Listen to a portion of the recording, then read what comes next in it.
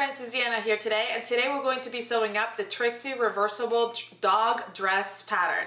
This is a super cute dress for puppies. I am so excited. I am making this dress for Bo's sister, Luna, and I am just using Bo's measurements because they are pretty much the same dog. So I'm going to be sewing it up. It's reversible. I'm super excited about it. Let's get started.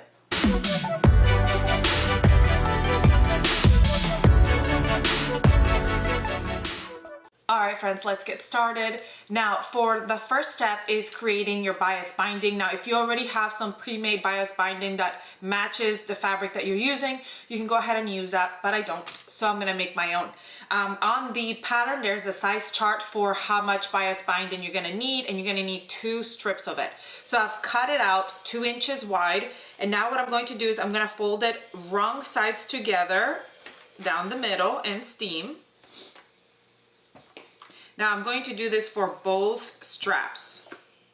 Once I've folded it down the middle, I'm going to grab the 2 ends and I'm going to bring them to the middle crease. This is ultimately going to be your straps for your dress. Alright, once that's in like that, we're going to fold it again down the middle to close up that strap or bias binding. Now if you have already made bias binding, this is where you would come in.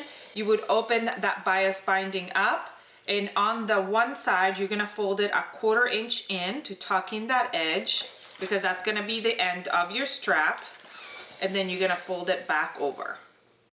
Then we're going to head over to our sewing machine and we're going to top stitch this down. I actually like to go up, over and down, so it's got top stitching on both sides, but you can just top stitch this open side. It's up to you. I'm gonna start here at the bottom on the open end, go up, over and down all the way, and I'm gonna do this for both straps.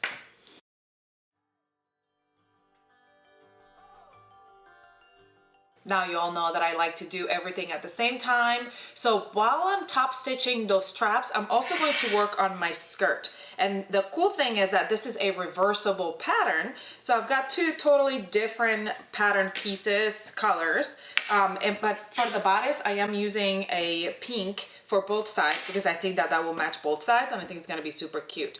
Now let me mention something that I did.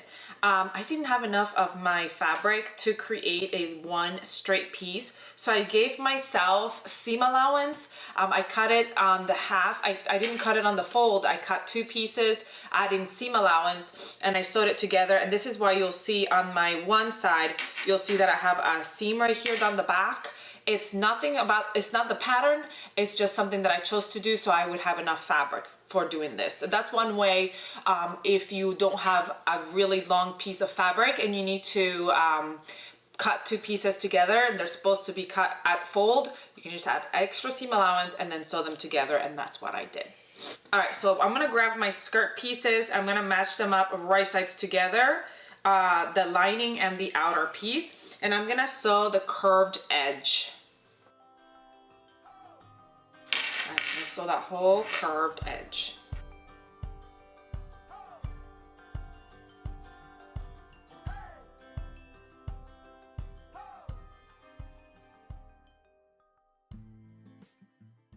Alright, now that I'm done sewing around the edges, I'm going to either use pinking shears, or I'm just going to do little triangles all over around. But I finally got some pinking shears, so I get to use them.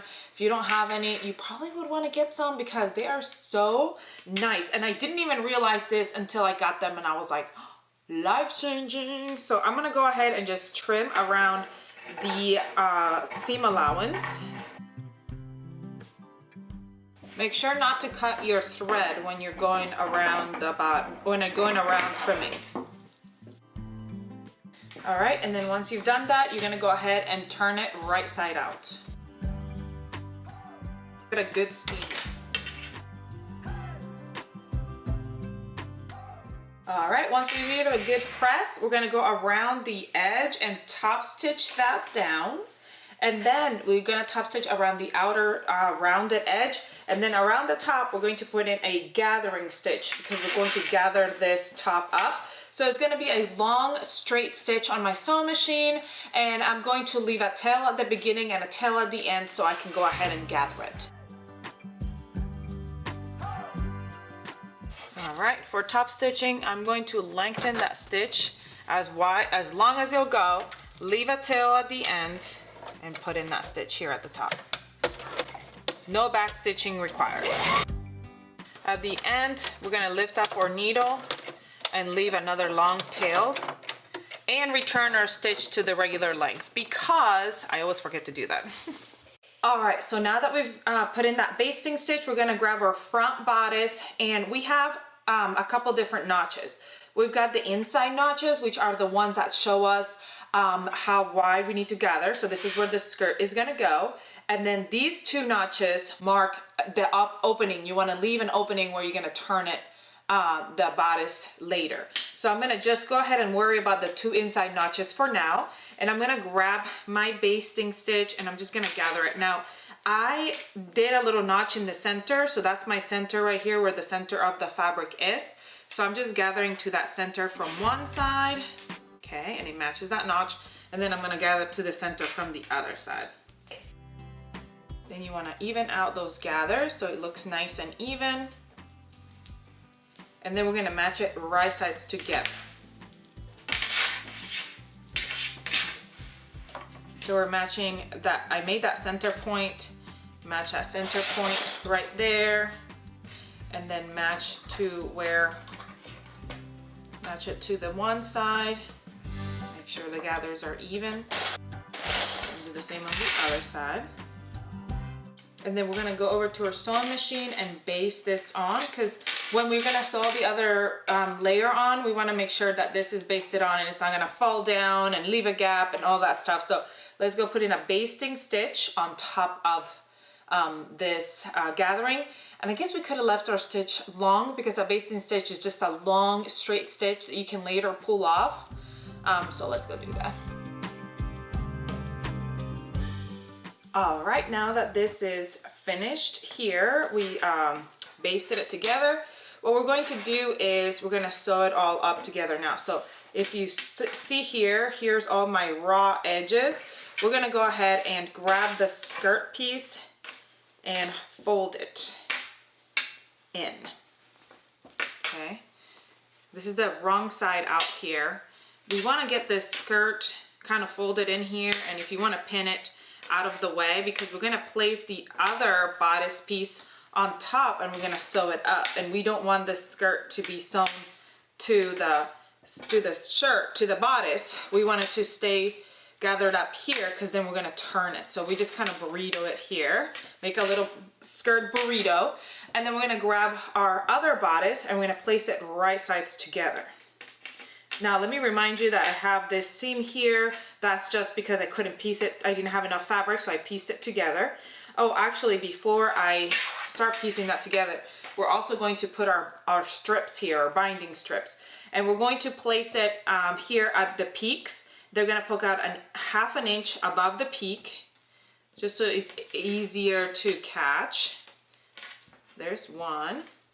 Here's the other with that raw edge facing in there. Okay. And you want these to be tucked in here as well. You don't want to sew over them. You just want to sew over them here, not anywhere else. So I'm just kind of tuck them in here into the skirt. Okay, and then now I'm gonna match up the right sides together here at the neckline.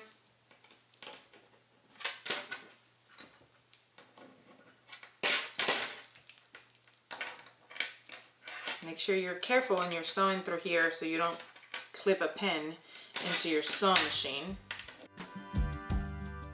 All right, this is where these markings down here come in handy, because this is where you're going to leave that gap. Now you're gonna leave just one gap. I know I have my markings on both sides, but you only need to leave one side gap. So I'm gonna go all the way around and just leave, when I get here, I'm gonna stop, leave a gap, and start back up and go all the way around. All right, let's go sew all the way around, leaving that gap.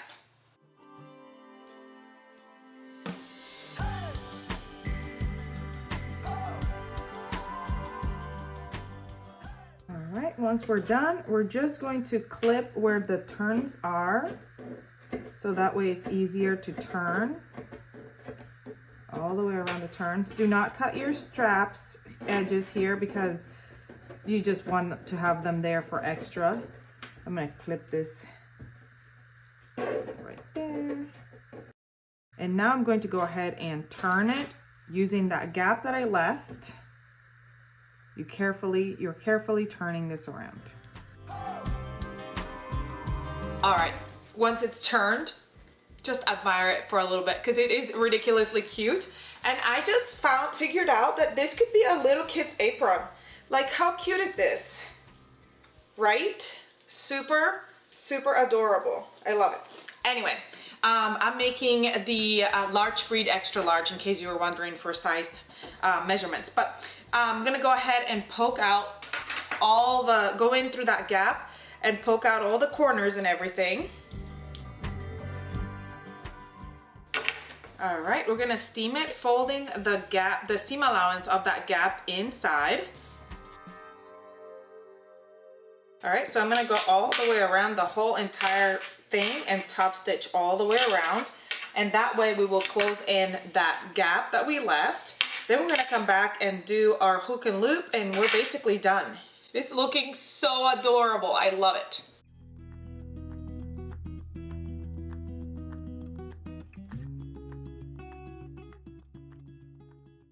All right, we are down to our last step and this is easy. It's just adding the hook and loop, and the bad part is I made the markings on the wrong side of the fabric, not the right side of the fabric, but that's okay.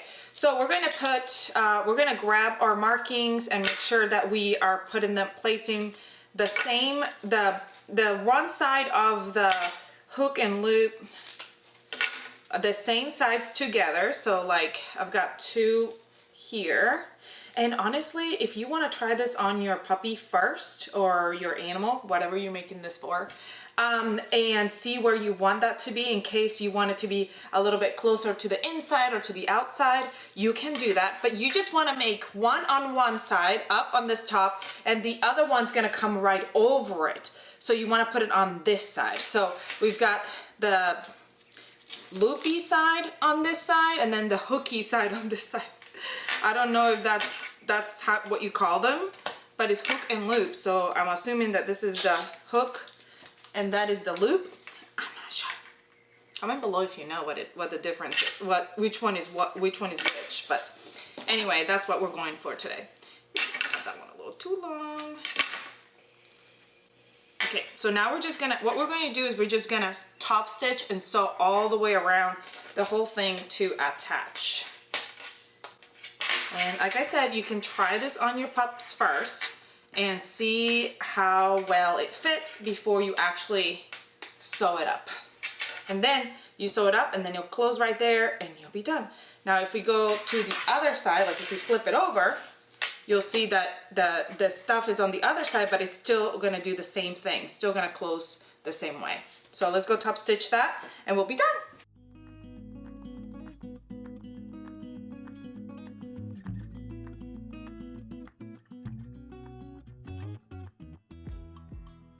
All right, friends, we are done. And I wanted Bo to model this for you so you could see it on him. Come here, Bo. Come here. Come here, Bo. Come here. And look at how cute that looks. Come here, sit. Look at him with his little dress on. We're gonna switch it over because it is reversible. So we wanna see the other side. Yeah, do you like it? You think your sister's gonna like it? We're gonna ship it over to his sister. His sister lives in Florida, where my parents live. Look at this. It is adorable. What do you think? I hope you love it as much as we love it. I hope you have a great rest of your day. Comment, like, share, subscribe if you haven't. And I hope you make a ton of these, and I'll see you all next time. Bye. Say bye. Bye. Sit. Oh, I love it.